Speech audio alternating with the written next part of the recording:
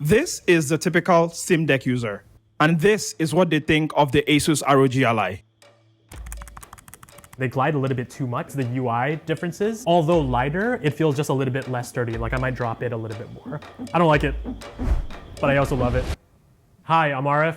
I've had the Steamdeck for about a month now, and I'm absolutely in love with this. And today is my first time trying the ASUS ROG Ally. What I love about the Steamdeck for me, and again, it's been about a month using this, is just the build quality, to be honest with you. The first thing that I notice after playing the Switch for so long or being used to the Nintendo Switch is the angled controller-like feel of the product. And for me, that gives it kind of like this console-like feel, but for a portable style device. For me also, there's other elements of the Steamdeck that I absolutely love, like the D-pad and the joysticks, which feel very sturdy, like it doesn't feel too light. And also I just love the feel of these, I don't even know what you call these cursor mouse pad like elements of the Steamdeck. It's an original thing that I wasn't used to before, because I think you get some touchpads on some controllers for modern consoles, but nothing like this that adds to this feeling like a very premium type product. In addition to that, the weight it gets to me at night when I think I'm lying down, angled at a certain level, and it does get kind of heavy, but for the most part, when I'm playing it on a day-to-day basis, like on the couch or whatever have you, it just feels so good to have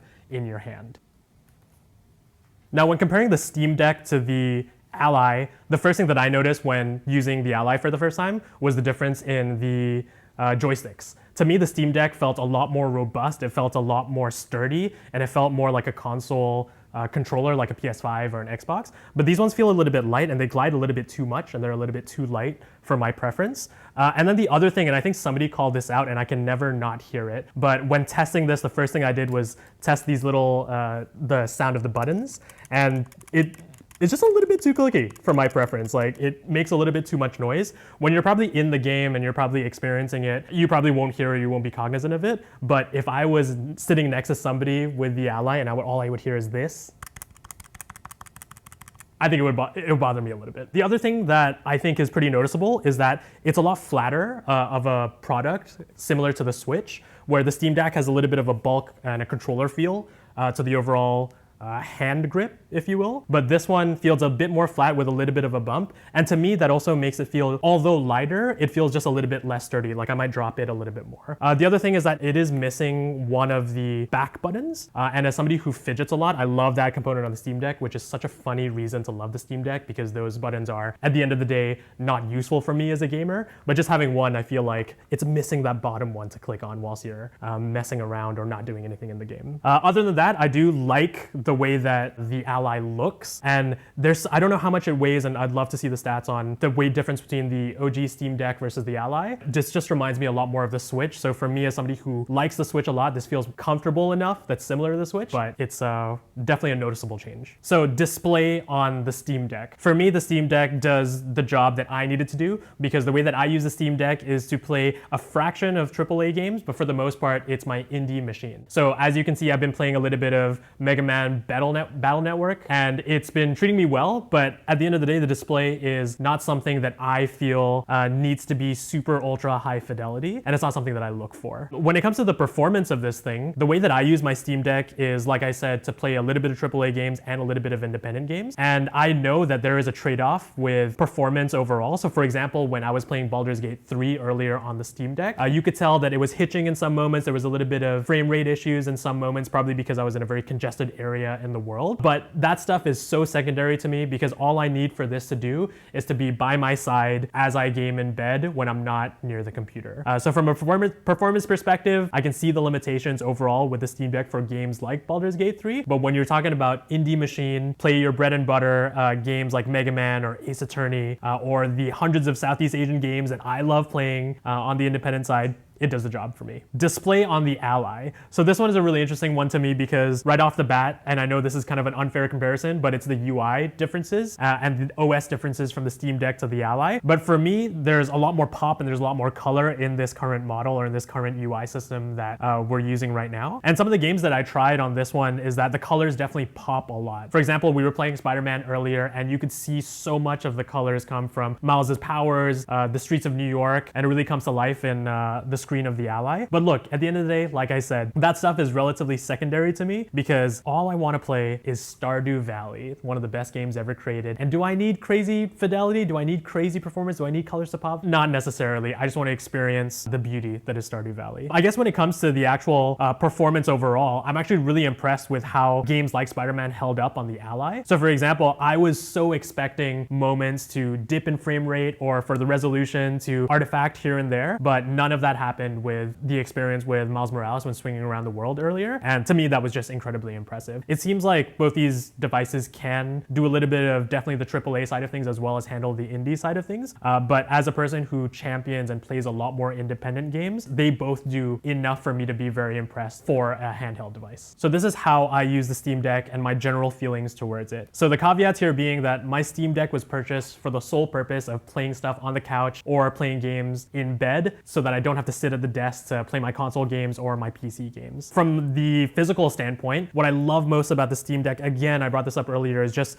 the way that you can grab onto the controller and the hardware. Because when you're lying down in bed at night, for me, I make sure that those things are clasped really tight. So even if I'm gonna do the risky device over your head thing, it's unlikely to fall, even though sometimes I have a fear that it would. But that's probably the best part about the build quality for me. It doesn't get too hot as well, especially when I'm lying down playing the Steam Deck. And overall, it just feels really, really sturdy. I will say because of its sturdiness, I have had a little bit of like wrist issues for the most part when you're like holding it up for a certain amount of time. So I have to like crack the wrist or move it around a little bit, but it's still a nice sturdy feel when playing it as a portable device. When it comes to the software that I use on the Steam Deck, what I love most is that I can continue all the games that I'm playing off Steam. So for example, with Baldur's Gate, because of Cloud Sync, I can play on my PC, and then once I'm done with my play session on the PC, immediately boot up the Steam Deck and then continue on with my save file. The other aspect, as I mentioned earlier as well, is that I use this for a lot of independent games or a lot of games that were previously released on previous consoles but are brought back. And the Steam library has most of those things, and I'm very, very satisfied with it. And the final thing that I actually use a lot of my Steam Deck for is for PlayStation Remote Play. So I've installed a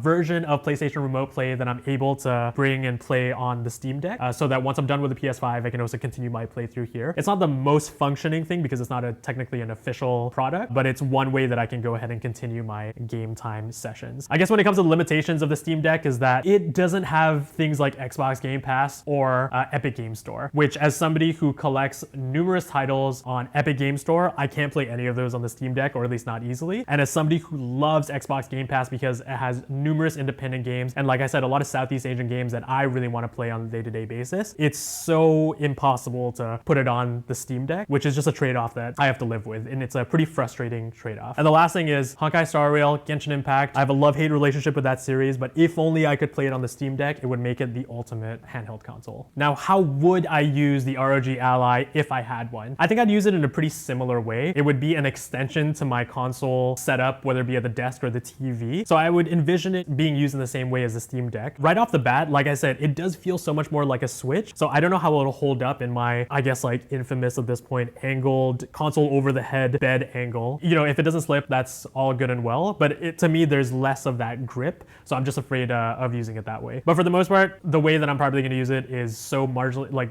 the difference is so little that it probably won't make a huge impact or a huge difference between the Steam Deck or the Ally. The biggest thing for me is the software on this thing. I'm so jealous of my friends who have this, and this is part of the reason why I think I also love the ROG Ally is because of things like Xbox Game Pass. The biggest sell, I think, when they were marketing this thing is that like you can play Game Pass directly on your Ally without having to install anything terribly additional, going through some crazy loops, and that's just the best thing for me. Like even this, like moving over the Xbox screen, seeing games like Jusant, which we played earlier, is just such a joy where you can download something from Xbox Game Pass, a slew of independent games, try them out, and if they're working for you, they work for you, and if they don't, you can just uninstall them and move on to the next game, or even play major AAA games. Like I know the multitude of phenomenal award-winning games that are coming to Xbox Game Pass or on Game Pass right now. For example, today they just launched Resident Evil 2, and that's something that I would play on the desktop, I would play on the computer, but look, if I could download it onto the Ally, I'd try it out right now, like literally right now. So that's the biggest thing for me with the Ally that I'm so flippin' jealous of. Like Like even things like Thirsty Suitors, like come on, this is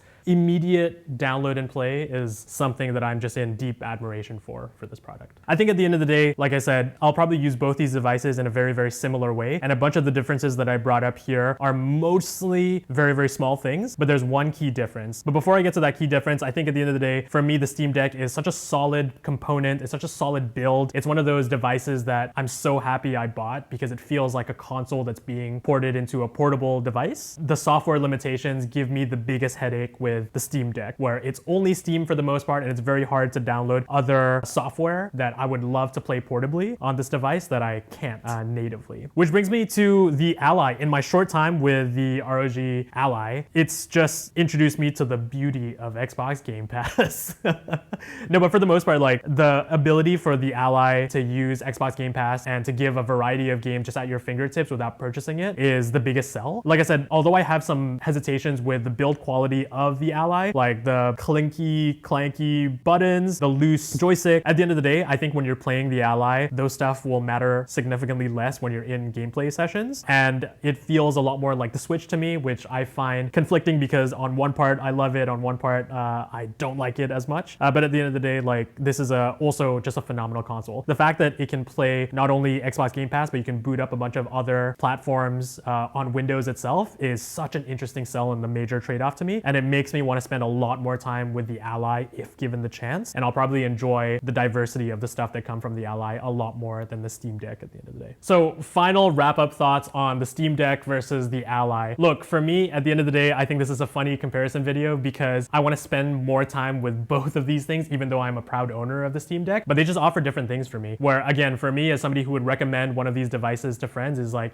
if your games library is on Steam and for the most part, you're happy with things being on Steam only, this is a phenomenal device. If you're somebody like me who is probably gonna get both products at the end of the day, this is an awesome thing to also have in your back pocket because of the variety of software and platforms that you can get from the Ally versus the Steam Deck. Again, I love both these machines so much that they can bring AAA gaming and console gaming to portable devices in a way that is just mind-blowing at the end of the day. And if I'm just gonna play independent games on either of these things, I'd be more than happy. So both great products. Some have different qualities that make them better than the other, but they're just two beautiful products, and I wish I could take this one home with me today to play some games on Xbox Game Pass. And I'm not an Xbox Game Pass shill, I just think it's the perfect way to play a variety of games these days. Well, that's most of my thoughts on the Steam Deck and the ROG Ally. Let me know, are you Team Ally or are you Team Steam Deck? What are the best pros and cons of both these things? And tell me what you're playing on either of these machines. Thanks so much for inviting me, Geekception. This has been an absolute blast, and I'll see you on the next one, hopefully.